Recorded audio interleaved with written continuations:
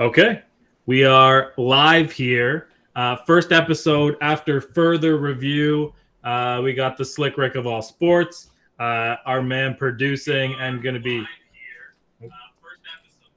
Sorry, guys. Forgot to turn down So the my. good news is that we can hear you. I've got that part Yeah, down, right? yeah. Forgot to turn that down, but Kaylin, the producer on this one, he's going to be in and out with his analytics and all of his Titans reviews. For anybody that doesn't know, this is a conversation that started probably 21 years ago, and it has not stopped.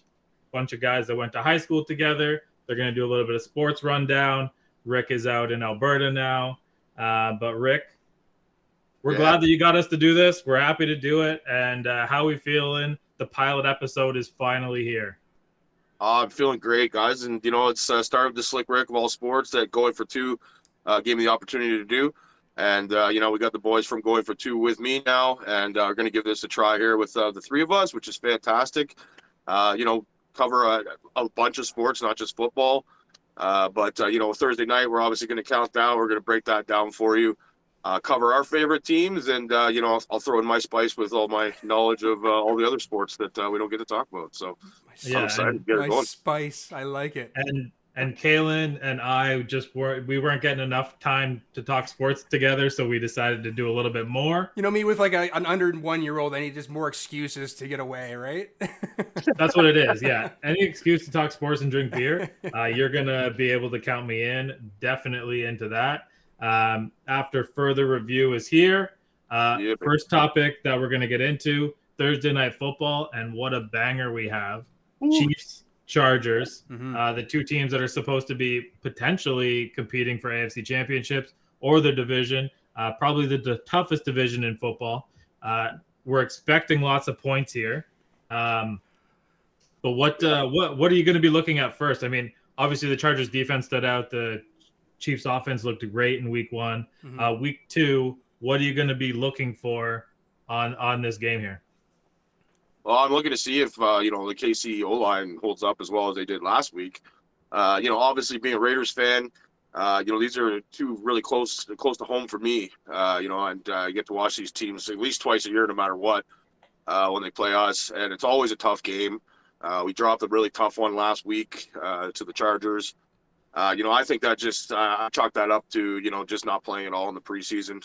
You could tell that things were not working very well on offense. We had more penalties in one game than we had the whole preseason. So the Chargers, Khalil Mack, son of a bitch. It's like when Bret Hart got traded to the Jets and then went to the Vikings like a year later. Yeah. That's what it reminds me of. It's like we traded him as far away as possible so that we don't have to see his face. And then there he is, 3 sacks in his first game. On Derek Carr. It was a huge bummer to see him and I have to face him twice a year now. He looks just as good as he ever has. Opposite of Bosa, that could be the best 1-2 punch in the league. And their defense did look good. Even with Keenan Allen going down, I said this when I saw Justin Herbert the first time in preseason a year ago. This guy he's a real deal, man. And he's making, what's his name? DeAndre Carter, who nobody wanted, just looked like an all-star last week. They didn't even need a running game to beat us last week. The Chiefs, everyone thought that they were going to have some trouble on offense. That was not the case. So it is really interesting to see these two offenses going head-to-head and to see, our Chargers defense, I believe, is better. So it's going to be interesting to see how this one plays out tonight. And I think we have a graphic to prove how much better they are. That's right beside Kaylin. It's not by much, but interestingly enough, they are going to be getting their shutdown cornerback in J.C. Jackson. It looks like he's going to give it a go tonight. So that is positive news for Chargers fans. Negative for overbettors like myself, who thought that this one might be a shootout. Am I thinking that this is going to shut down Patrick Mahomes? No. Probably not. But anytime you can give an extra half quarter second to Khalil Mack and the guys up front, that does spell danger. Yeah. I don't know. I mean, I definitely think that this is a Chiefs game, and because the Chiefs are at home and because the Chiefs offense looks so good on the road, I think that they're not so handicapped by the rinky-dink trick plays and Tyreek Hill sprinting back and forth doing suicides between the hash marks and then deciding which way to go. They're running a real offense. It's going to make Patrick Mahomes a better quarterback. It's probably going to get Eric Bieniemy like an actual head coaching job because now people can see that he's actually, he's not just like a razzle-dazzle Madden coach. And I think overall it's going to be good news for him. But most importantly, let's see what Justin Herbert can do because it's time for him to get over the hump and beat Kansas City here. Well, and like they're celebrating like their 50-year anniversary or something like that of Arrowhead, and they've got the areas all painted off nice, right? So I mean, like, there's going to be a lot of emotion. It's going to be loud. This is already known as one of the loudest stadiums in all of football. Everybody talks about it. And it was crazy when they were showing the painting. They had a live video stream of the painting going down, and they were just like the fans that were just people that weren't even fans of the team saying, "I went to go watch my team play there." And I left like coming away from that game saying like Kansas City is an amazing team to watch. Like I would go and cheer for them just as like a biased neutral fan. So it's going to be raucous, man. J.C. Jackson, I mentioned that the other episode there. I am excited to see him come back. That's a big signing that hasn't been there. But he also hasn't practiced, right? Like he's going to be going up against some top tier offensive talent on the other side as well. He hasn't been on the field for some time.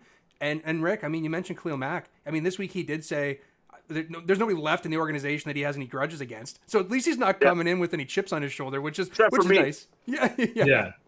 I got grudges still, man, and especially when I got to see him just smoking Derek Carr's ass the whole game.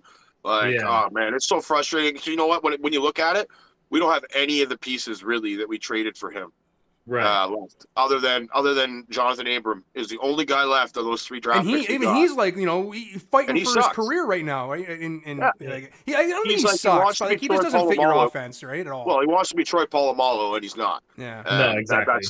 That's the biggest problem. The guy's not a good enough tackler to play the way he is, and he's not durable enough to play the way he is. And when it comes down to starting corners, I don't give a shit if you got Champ Bailey coming in tonight. It don't matter who the corners are when these 2 quarterbacks are playing. I really don't think so. These guys are going to carve up whatever defense they play.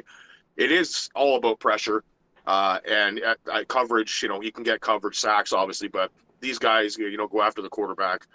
You got to get the pressure on Mahomes. We've seen it in the past. The only time he ever gets rattled is when you're getting in his face. And damn, he looked good last week. So, it's a great game to have. And because we're talking about the game, it's important because Rick and I like to play the ponies, and Rick and I like to put a couple of dollars down to make a little bit of sense out of the game. So I know for me, I put together a little same game parlay, and Rick and I were kind of lock and step, but I'll tell you mine, and then you can get into yours, Rick. Justin Herbert over 281.5 passing yards. I think that's a lock. Because both of these offenses score at will, over 49.5 points, which I'm buying about 5 points back because the spread's sitting right at 54 right now. But 49.5, that 50 number feels comfortable for me. I don't really know why, but that's my comfort zone. And then Clyde Edwards-Helaire to get in the end zone because it seems like they're gonna throw the ball to him down by the goal line. And even if they wanted to run a little bit, he's the guy. You can call it Rojo, you can call Pachenko. I don't care about that. Now that Helaire isn't the camp darling and the first-round pick that's supposed to be a first-round fantasy pick, I don't know. The pressure's off. Last week it felt pretty good having him on my team.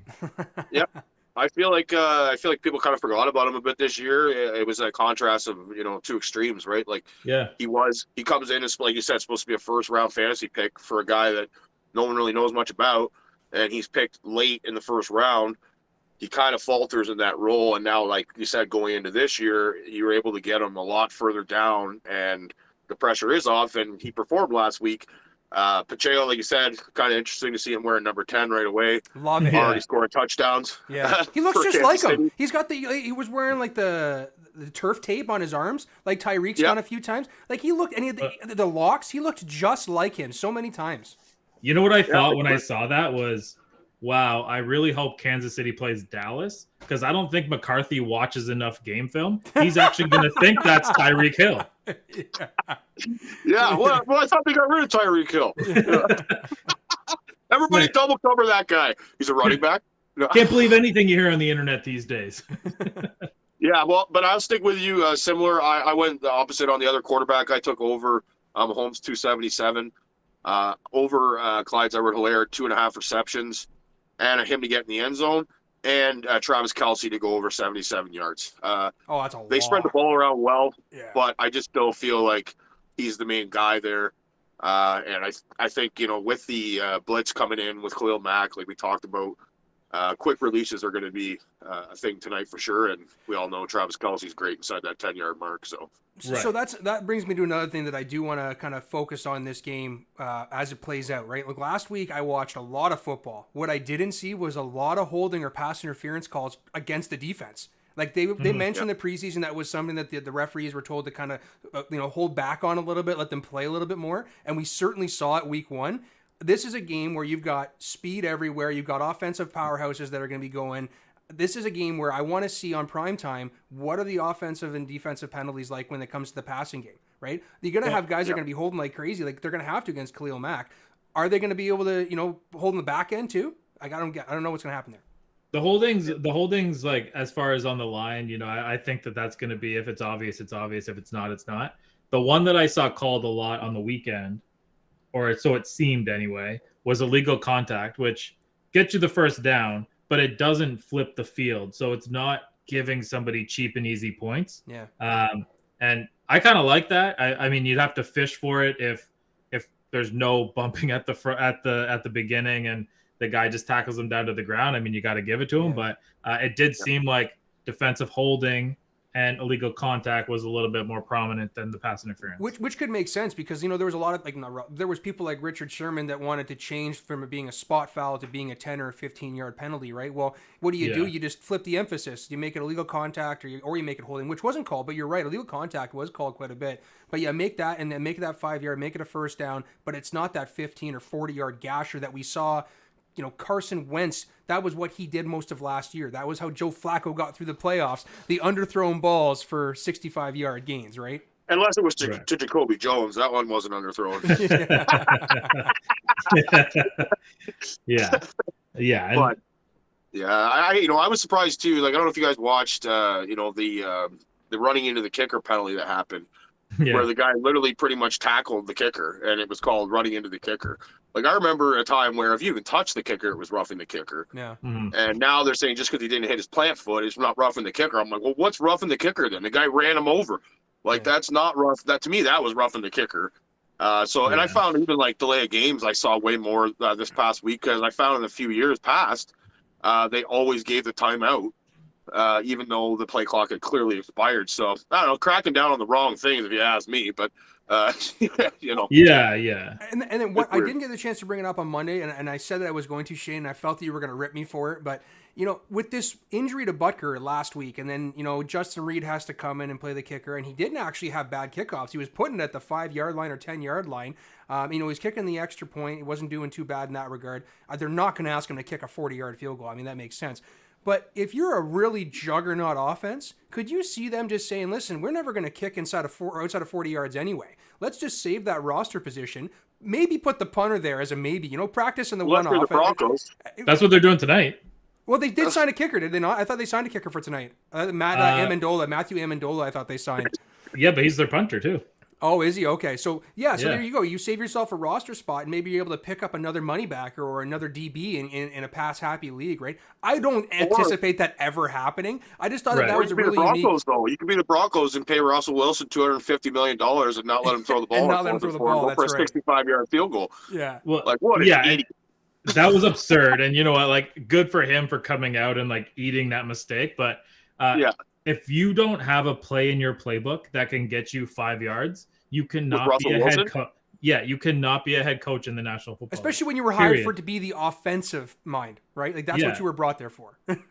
Now you know why Aaron Rodgers was so frustrated all the time, and now you know why Broncos fans went to work with their head down on Monday or on Tuesday morning. I feel like it's so suitable that it would come from him, considering with the Packers not going for it on fourth down in the playoffs like they did. And now he's the same guy that doesn't go for it with Russell Wilson. It's like, how much do you need a quarterback to make before you'll go for it on fourth down with him? That's a good correlation, Rick. I never even thought about that. The same guy that didn't go for it last year in the playoffs. Wow. Well, Why don't we we'll keep on football, but we'll pivot Yeah. to something, because both you guys need to have a rebound, and I'll tell you another guy that needs to have a rebound, and it's a guy that did it in a winning effort, but he's going to make his first home start in Pittsburgh. It's not Ben Roethlisberger anymore running through the tunnel. It is now Mitchell Trubisky running through the tunnel, and Mitchell Trubisky will find out very quick that the Yinzers in Pittsburgh do not take kindly to shitty throws. If you've been there and you've been there for long enough, they at points they were fed up with Ben Roethlisberger. If this guy comes out, man, he was living off legacy for the last 2 years, Shane. Yeah, I mean, and look, I mean, he didn't even have legs, so I'm not even sure that you can call it that. But if this guy comes out and the Steelers expect him to throw 38 times against the Patriots, like he did against the Bengals, and can only complete 20 of those, and the first one that's beyond 15 yards is to Deontay Johnson in overtime. Am I putting that clip up right now, Shane? Is that what we're going to show? Yeah, please, okay. Throw it up. Roll the clip. Yeah, roll it. But yeah, I think when it comes down to it, even if the Steelers are 4-0 after that Jets game, and Trubisky is playing with this efficiency and this shakiness, you're going to watch the first rookie quarterback take over an undefeated team heading into Buffalo. So, okay, now here's what I need to ask you, though. Okay, so we know Tomlin, he's a great coach. He's, going to be around for a long time. All right, so yeah, sorry, this clip is here. You asked me in a sec. So this clip is here. This guy gets the ball up, and look, if it wasn't for Deontay Johnson's drops, maybe people think, okay, this isn't that great of a play. But he throws his hand in the air. His tippy toes are just a quarter of an inch closer to the grass than it was to the white, unlike Jamar Chase's earlier on in the game. Hey. And because of that, he's able to secure the catch and ultimately make not only Mitchell Trubisky's stat line look a little bit cleaner, but bring my overall blood pressure down under quadruple digits. Well, I don't know what you got to... That Chase, would you like the middle finger to Minka or what? Look, I mean, you want to throw a middle finger, that's fine. We're too busy dancing in the locker room. Doesn't matter. We Black Air Forces on and all. But look at Mr. Trubisky. Like in the first year with Chicago, when he played well enough for them to pretty much go to the Super Bowl. Well, he couldn't throw left, Rick. He can't throw left, and now Shane knows it. Look. Well, okay, but let me finish my point. Okay, it worked for Derek Zoolander. When they were doing good, okay, they were running the ball a lot. Okay, there's a guy that clearly works off play action. He's not a guy that should be dropping back and throw the ball 40 times. Okay, and why does Najee Harris only have 10 rushes in the game? That's a foot, I think, right? That's got to be that lives frac sprain. Like that's crazy to me that this guy has so much talent and yet he only has 10 fucking rushes in the game. Mm-hmm. Like you can't expect Mitch Trubisky to come out and be Tom Brady. Like this guy is obviously got a ceiling, but he is a decent quarterback if you put him in the right positions. The fact that you guys won that game is incredible. Yeah. Joe Burrow, like wow, holy shit, that was awesome to watch him throw so many picks. He lost that game. Either way, you got to give the guy a better chance, And if you think, Pickett's going to come in and do better, running the ball 10 times a game, he won't. Like, this is the time. You got to run the ball more than that, man. And this is the Steelers. The Steelers are like, the poster child of running the ball. Over the years, and to only run the ball 10 times with him, Mitch Trubisky almost ran it as many times as he did. And Chase Claypool as well. Yeah, 6 rushes. I think he was a leading rusher, right? Yeah, just give the guy a little bit more opportunity to not just be dialed in on the pass. I think he'll have a better opportunity. But yeah, we know Pickett's coming in eventually. I don't think it'll be okay. So if he comes in this weekend or he comes in next weekend, Shane, this is a guy. It's not that early, no. When does he come in? After the bye? 6 weeks, he said, undefeated. Yeah. So what you'll be looking at is the Jets game will be the. Well, that'd be better.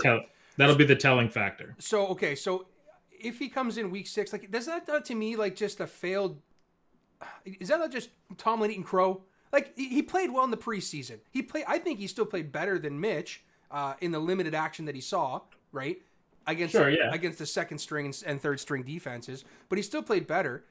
And as Ricky mentioned, you have this ceiling. Like you saw what you saw. I think after week 2 or maybe in week 3, it's time to pull the string. Like it just earlier than better, right? Well, if you're winning, you're winning, man. With TJ. Yeah.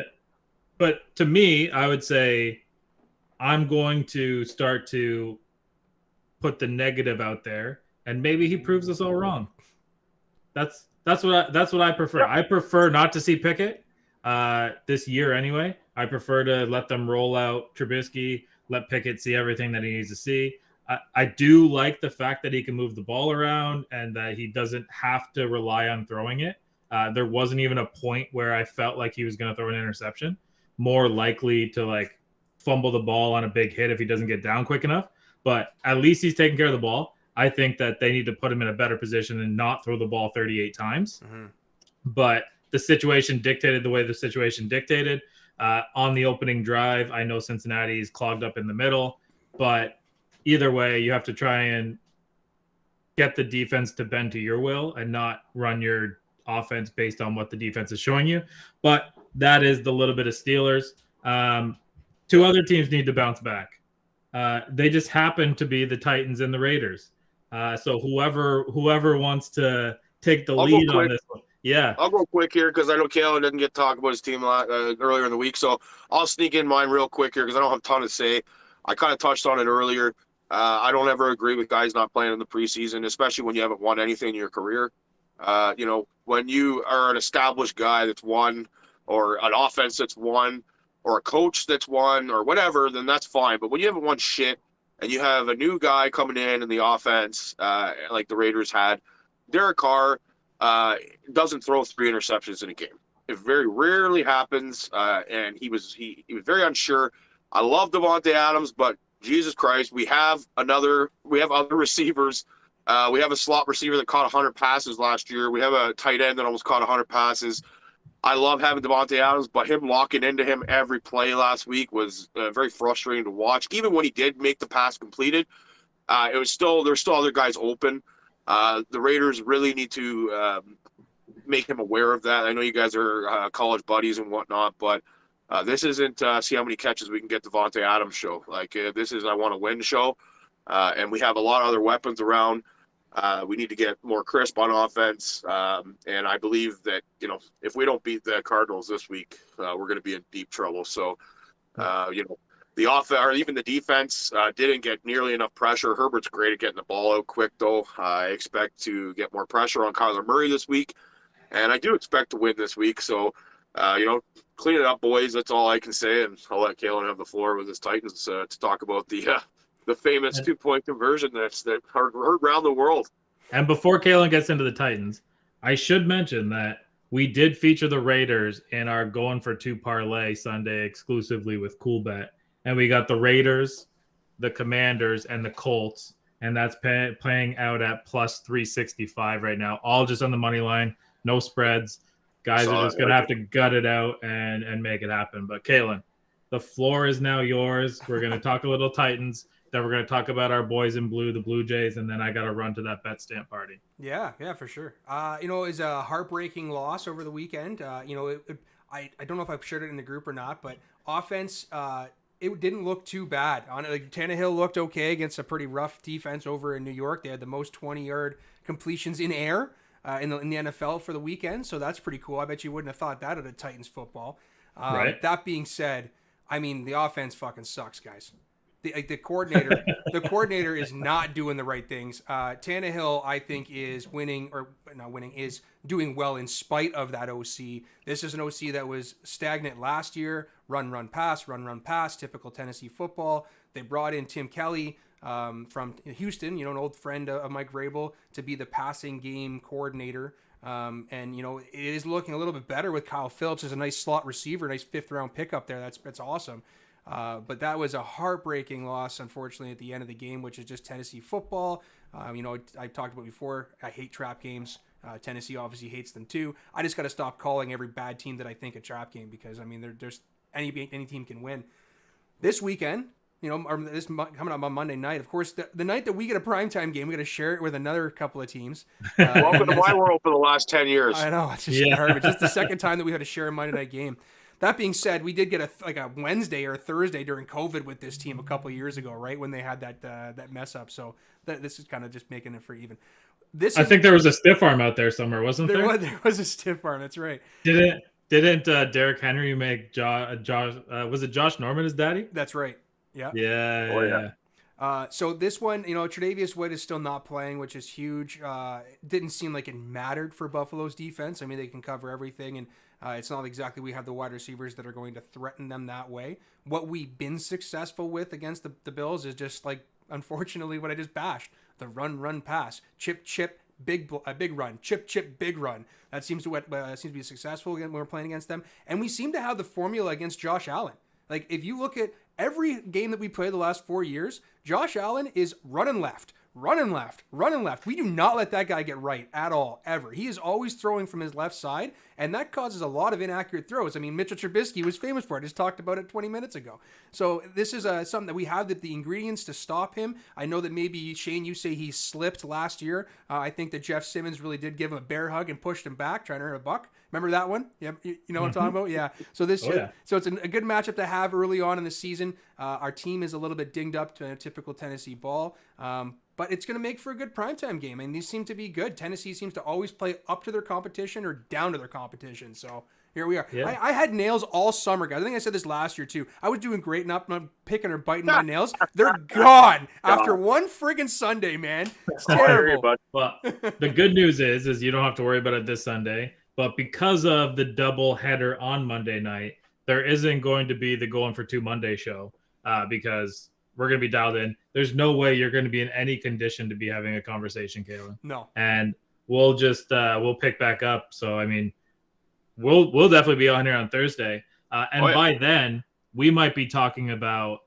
the Toronto Blue Jays and deciding if we think that they can catch the Yankees here. And I'm not 100%. I'm not saying it's going to happen. I'm saying weirder things have happened. 6 games out. With about what do they have left to play? About 15 left to play. Yeah. I'm not uncomfortable saying the way that the Yankees have been playing that Toronto can catch them. Now, all that being said, if they don't catch them, I would much rather finish in the 3rd wildcard spot and go play the Guardians because I'm not that interested in going to play Seattle, especially if we need to jump across the country to go play them in Seattle. I know that Toronto fans travel. I know that that's close to Canada. We have not fared that well there. Is this just another advantage? But the 3rd wild card spot, if you finish 2nd and 3rd, do you not play a 1-game playoff to finish in that last wild card? No, the new playoff format is like the old NFL one. So the top 2 seeds are getting buys. The 3rd division winner plays the 3rd wild card, and then the wild card 1 and wild card 2 play each other. See, I thought only one team got a bye. No. It's going to be the 2 of them. How many of those? My bad. How many of those games are home games left for Toronto? Off the top of your head, do you think over half? Well, it's crazy. Under half, I'd say. The teams that they do play are all teams that they're in competition. But what I was alluding to though, there's like if they're home games for Toronto, I mean, how much of an advantage is it for Toronto that when it's a cold day they get to close the dome and it's not going to affect the balls. If you're playing down in New York and it's a cold day down in New York at 7:30, 8 o'clock at night, and you're trying to swing for the fences, that ball is going to choke up, right? It's not going to be as efficient. So this is where Toronto may have a bit of an advantage being an indoor team. Really, like we got this homestand against the Orioles coming up. Yeah. After that, we go on the road for 7 games, and then we play the Yankees at home and the Red Sox at home, and then we finish on the road against the Orioles. Wow. But it's kind of put a damper on the show today because obviously I was like so excited to pump them up, and then they lose 11-0 today to Tampa Bay. So there is a hiccup in the road there. I think they played like 10 games in 9 days now. They're not good. They're not good in getaway games. No, they're not, and it's like I said, it's 10 games in 9 days. Like obviously, you're going to show some, some fatigue at some point. But to lose 11-0 kind of sucks when I was about to pump them up. But we're still going to pump them up because they are on fire. Somebody had a great at least 9 games in however many days, right? Our buddy Bo, right? Yeah, they've won like 8 of 11 games still at this point. And we'll talk about the man, the myth, the legend, with the flow, the bull flow. We've been waiting all year for this guy to get it together, really. He still has a good year, like amongst having, a pretty mediocre year from what we've seen. He is still 2nd in the American League in hits, right? Which is incredible, considering he really only started hitting this month. But, we're going to break it down real quick because I did see something the other day, and it is, anytime we get a chance to talk about history, we'll talk about history. And this doesn't include the last 2 games because this post was from 2 days ago. But so he's added to it since then. But in September alone, Bo Bichette has 24 hits, 21 RBIs, 15 runs, 7 home runs, and 6 doubles. Only one player in MLB history has had these numbers over an 11-game span, and it was Lou Gehrig in 1930. Wow. I was going to say, this is the 15th of the month. You still got a hell of a month left to go. Holy shit. He had more home runs and more RBIs in 5 games in September than he had all of August. Oh, wow. Yeah. So it's amazing what he's doing, and he's coming through in clutch situations as well. And it doesn't matter where you put him in the lineup, he seems to be doing it. So it's pretty fun to watch. Yeah, it's good to have that kind of flexibility in the lineup to be able to do something like that. It's really, really nice to see that he's not just trying to pull everything or just giving away his back foot. I think he eliminated some of that leg kick. He's kind of staying on top of the ball and going with where the pitch is to drive it where he needs to.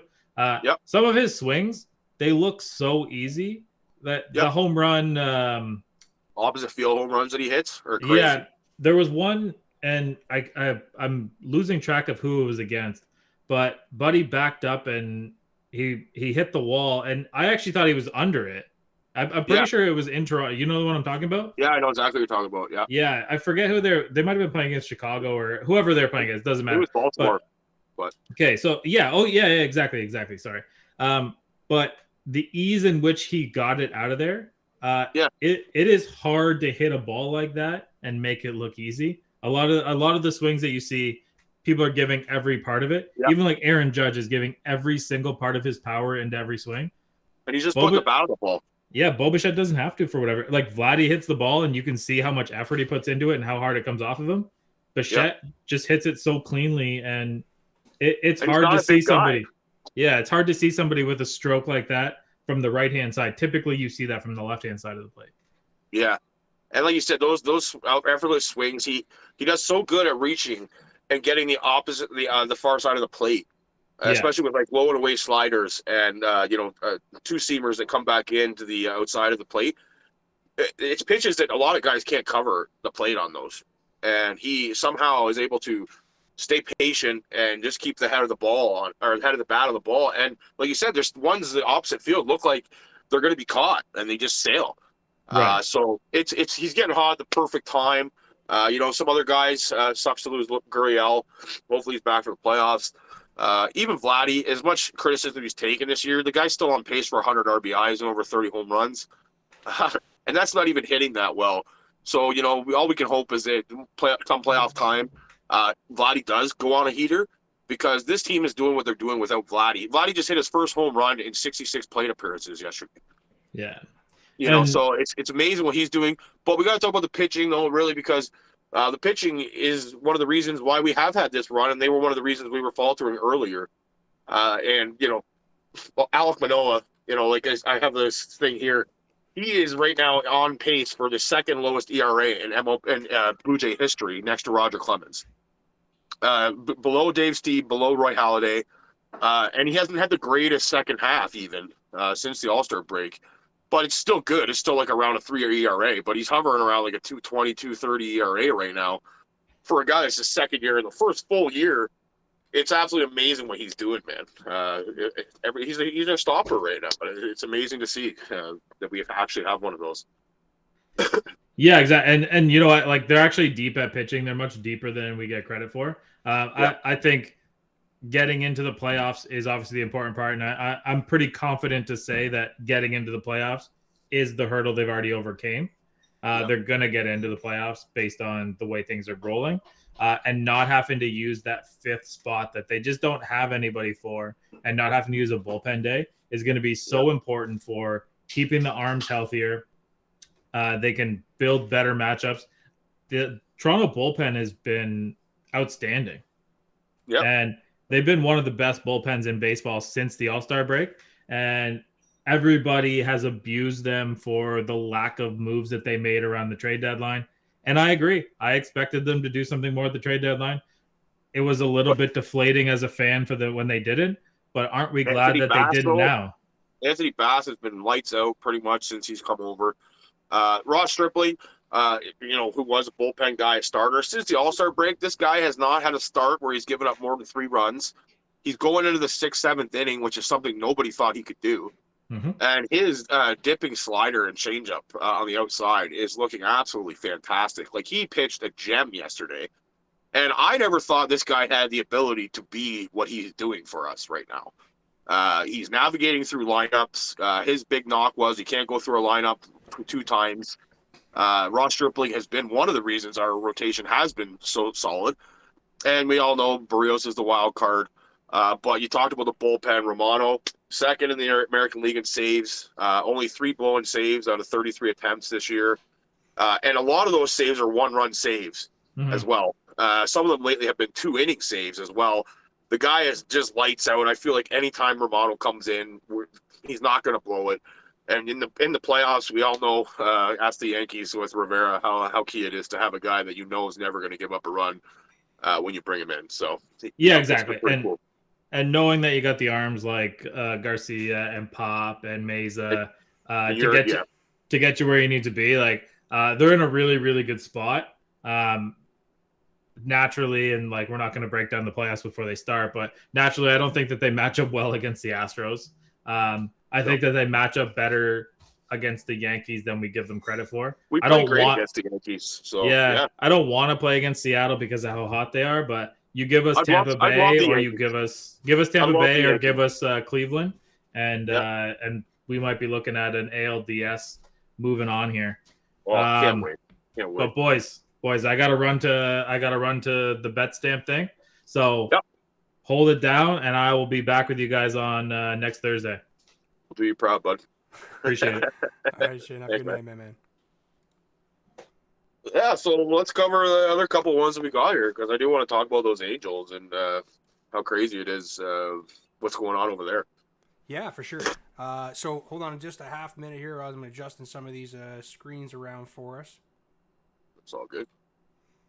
Well, I'll lead into it anyways when you're talking about that. Like, what we're going to talk about here quickly is because, with Mike Trout coming within 1 game of the MLB record of consecutive home runs in a row, 7 games in a row the guy hit a home run. And Shohei Ohtani just became the first person ever to have 30 home runs and 10 wins in a season. It's amazing you could have these 2 generational perennial talents, and you're not even anywhere close to the playoffs. Yeah. Like, it blows me away year over year. How many more years are you going to waste of these guys, prime, especially Trout, and how longer before they both just go to the Yankees? Oh, come on. Don't do that to me. Oh, don't do it to me. Do it to me as well. But it is embarrassing. I'm like, maybe they should just change their name again. California, Anaheim, LA. I don't know. Maybe they're due for a switch up there, because I don't understand how you could have these 2 guys and not even be close. It is totally mind-boggling to me, and I just wanted to touch on that, how close he was to getting that record. Yeah. Well, and then I'm going to put it up here quickly if I can make sure I get this screen all set up right here, because I'm a little bit still moving around stuff. Yep. But I want to show that Red Sox error. It was just absolutely ridiculous what happened. I did watch that. That was pure Angels. Speaking of California Angels, that looked a lot like Angels in the outfield. Wow, what's going on with the errors here, man? I don't understand what's going on. There we go. We'll put it up on the screen right now. This is absolutely embarrassing, and it just seems like something that's been the common occurrence throughout the entire year in Boston is just error after error after error. The pitching's been absolutely god-awful, too, and their offense hasn't exactly been great. I would say their offense has been probably the brighter spot on the team, but this is just something that it seems to happen throughout the entire year. How does Alex Cora bounce back next year? You know what I mean? Like, how does he do that? Well, considering, what was it? He won a World Series and then he got busted for the Houston thing, right? Yeah. And then he gets busted, then he comes over to Boston. I mean, he was successful in Boston in the beginning there, but it just hasn't worked out. And then this is just like, this year has been absolutely terrible. Like I said, it's just error after error. Yeah, I haven't watched a ton of the games. Like, obviously, I've watched when they played the Jays. Not having Chris Sale's obviously been really a huge thing against you guys. But, Trevor Story, other than about 2 months, he's really not done much. I know he had that really amazing June. But JD Martinez, is batting like 180 in the last month. Yeah. Like there's a lot of guys there that aren't performing on that team, and maybe it's time to shake it up. Who knows? But they should be. I hope they're able to keep Devers. This is gonna be absolutely embarrassing if they lose Devers out of this whole thing. Yeah, well, that's what they do though. They seem to just let guys go. I don't know. Yeah. They should be in the thick of this race though with the Jays, and it shouldn't be the Orioles. I know the Orioles are kind of done now, but the fact that they're not, they're the bottom team is extremely bizarre. But when you have plays like that, yeah. which they've done several times, when they played the Jays, that same thing happened. Yeah. Where I think they had like 5 errors in one game. So, I mean, it's just all year. It's against divisional opponents over and over and over again. It's embarrassing. It's completely inexcusable as professionals.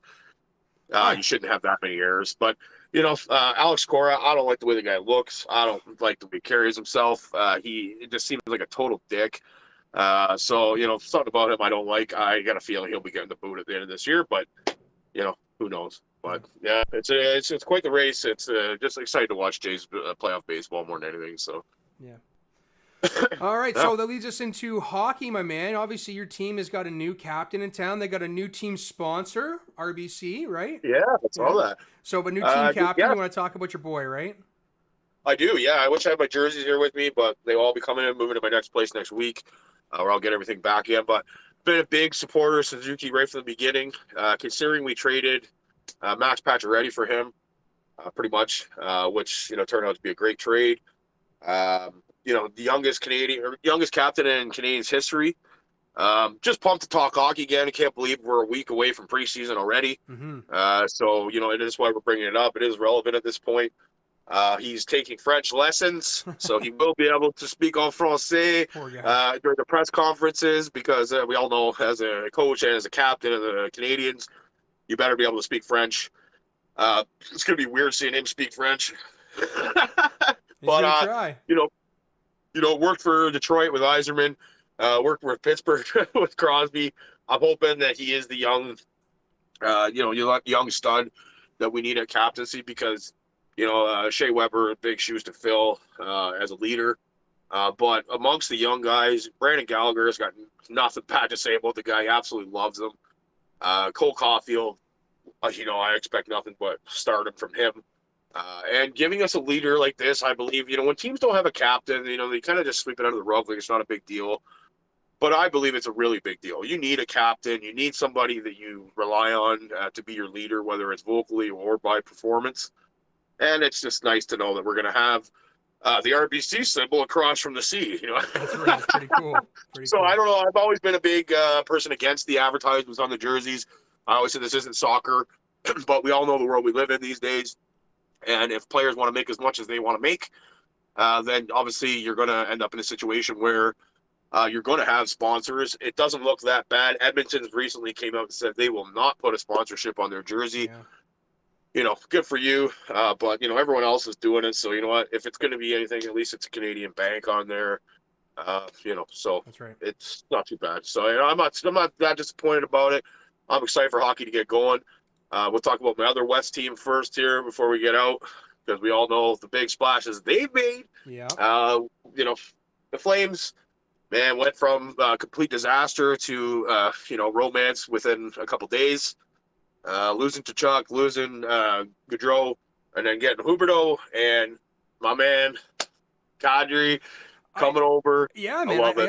You guys there was a rough loss there when you lost to Chuck and everything, and then Gaudreau came. When you made all those acquisitions before Kadri, I still thought that in the immediate future, Calgary won. I think in the long term that Florida's going to win, that Columbus is going to be a good team, but in the immediate future, Calgary won. And then they go and get Kadri, and I'm going, holy shit! I don't think they just won in the immediate future. They've won for a while because you got a player like Kadri that does all aspects of the game, that has cleaned up his game, that wants to be a leader, that wants to be leaned on, that wants to be a center. Like, this was one of the reasons why I think we saw him take so long to sign in free agency, is because there were certainly teams that went to him and said, hey, you want to play wing for us? Because there's so many great centers in the league right now. And he's going, no, I earned my stripes as a center for the last 2 years, especially in the last year. Great face-off guy, too. Yeah. So, he deserves that. Him getting an opportunity in Calgary, I think that, my God, man, not just in the immediate, but as long as your goalie situation gets back to what it was in the regular season, because in the playoffs it wasn't what it was, but if it gets back to... we don't play Edmonton, if it gets back to what it was, oh my God. And Edmonton being so up and down in that division. I mean, the Battle of Alberta is back. It's back and stronger than I think it was before. Not going to be as chippy. It's going to be stronger than it was before, and it's going to go for a while. Add Kadri to that, I think we might see the old Kadri come out for one of those games against Edmonton. Just because it's going to get chippy. And, nobody mentions Mackenzie Weegar. That's over a 40-point defenseman as well that they're bringing in with that. Huberdeau, still, everyone says he's getting old, whatever. The guy's like 29 years old. He's got at least 4 or 5 years of prime left in him. Kadri also getting up there a little bit, but the way this guy plays, Daryl Sutter came out and said the other, and I called this before Daryl Sutter even said it. Daryl Sutter just said, he's like, this is a Daryl Sutter guy. Mm-hmm. He's a winner. And that Daryl Sutter doesn't talk about himself in the third person very often. And he said he's a winner. Kadri's won at every level he's ever played at. He adds the grit that Calgary desperately needs as well. It adds to the power play which they need. You have Elias Lindholm and Kadri up the middle. I'm so happy with that signing. I was hoping it was going to happen, and it's going to be interesting. The best part is who Calgary opens the season against at home, Colorado. Oh wow, that's so a good one. That's cool. You're gonna get tested real early there. I'm going to a preseason game as well, so I'm gonna get to see these guys, firsthand right away, see how they're gelling together. But now I expect great things. We know Naz is from where we are in London here, and he just did that big cool thing at the hospital, donating $1 million and getting a wing named after him and all that jazz. We know he likes to come home in the off season, but you mentioned this is a Daryl Sutter guy. Is he going to be baling hay with this man in the off season next year or what? Oh yeah, I expect him to. Daryl Sutter's going to lean on this guy because when he won in LA, he had a Mike Richards, and Mike Richards reminds me of Kadri a lot. Kadri's got way better hands, mind you, but a grinder, a two-way guy, someone you can rely on all aspects of the ice, power play, penalty kill, even strength. Exactly what they were needing, because Michael Backlund is like the Thomas Buchanan of the Flames. Okay, he is a guy that is a great third-line center, but he gets relied upon way too much to play second-line center. And now he's going to play his rightful position. And Michael Backlund is a great third-line center. Who was on that We're going to be so solid up the middle. I hadn't even thought of that name forever. Who was on that line with Plekanec in Toronto? Oh, Jesus, I don't even remember. They just threw him down there in the Connor dumps. But he actually played pretty decent for Toronto. I'm talking about the years in Montreal where he was trying to be a first or second-line center. Oh. Yeah. Which the guy clearly isn't. But, this Flames team, the vibe in the city's hot. It's going to be exciting to see what they can do. I'm excited for both my teams this year. So, it's exciting. Hockey back in a week, and away we go. There it is, my man. Well, did you want to give one final touch here on the Hall of Fame? We'll just show the picture of Bret Hart because you're a wrestling I do, guy. because we all know this is after further review, but on Slick Rick of All Sports, we have made an effort to acknowledge past WWE superstars, guys that we grew up with, and especially coming from Calgary here, it's deep in my heart. Bret the Hitman Hart, best there is, best there was, best there ever will be, just got inducted and got his star on the Canadian Walk of Fame, which is huge. This guy has done more for wrestling than anybody even realizes. Coming from Stampede Wrestling with his dad. They carved the path for a lot of Canadian superstars like Edge. All of Canadian wrestling and the majority of the Midwest, from what I understand, came through that Hitman basement. So yeah, exactly. The Hart Dungeon there, Stu Hart. The Harts have been so instrumental, and Bret Hart. If you didn't get a chance to watch him, if you're young, or if you just didn't really watch wrestling, this guy was a master in the ring, just an amazing wrestler. Master of the show. Right? Yeah, exactly. A perfect master of the show. Shawn Michaels was my favorite, so Montreal Screwjob aside, their matches were the best really ever if you want to watch technical wrestling. And Bret, having a stroke, A few years back. We were worried about his health. If you haven't watched the Goldberg documentary, you can see why Bret Hart had strokes, because Goldberg literally super kicked him in the face and did not hold back at all and gave him a massive concussion in WCW, and that's why he never wrestled again. Goldberg, very terrible wrestler, was thrown into the fire way too early, and because of that, Bret Hart's career was completely cut short. But great to see the Hitman getting into the Hall of Fame for Canada there. We rep that, and anytime we get a chance to talk about some past superstars in the WWE, we're going to do it. So shout out to Bret the Hitman Hart. We love you, and good job, buddy. All right, my man. All right, Rick, has always been a pleasure talking with you in the #1 episode of After Further Review. We'll catch us every week, Thursday. baby. That's right, my man. So next Thursday we'll have another one, and we will go a little bit deeper into, probably the NHL at that point, right? Well, we're going to definitely touch on some Jake Paul, Anderson Silva stuff, because that is hot. So we're going to get that in there. And, much, much more. Tune in next week. Thank you very much. Awesome show, Kaylin. Thank you very much. All right, later, Ricky.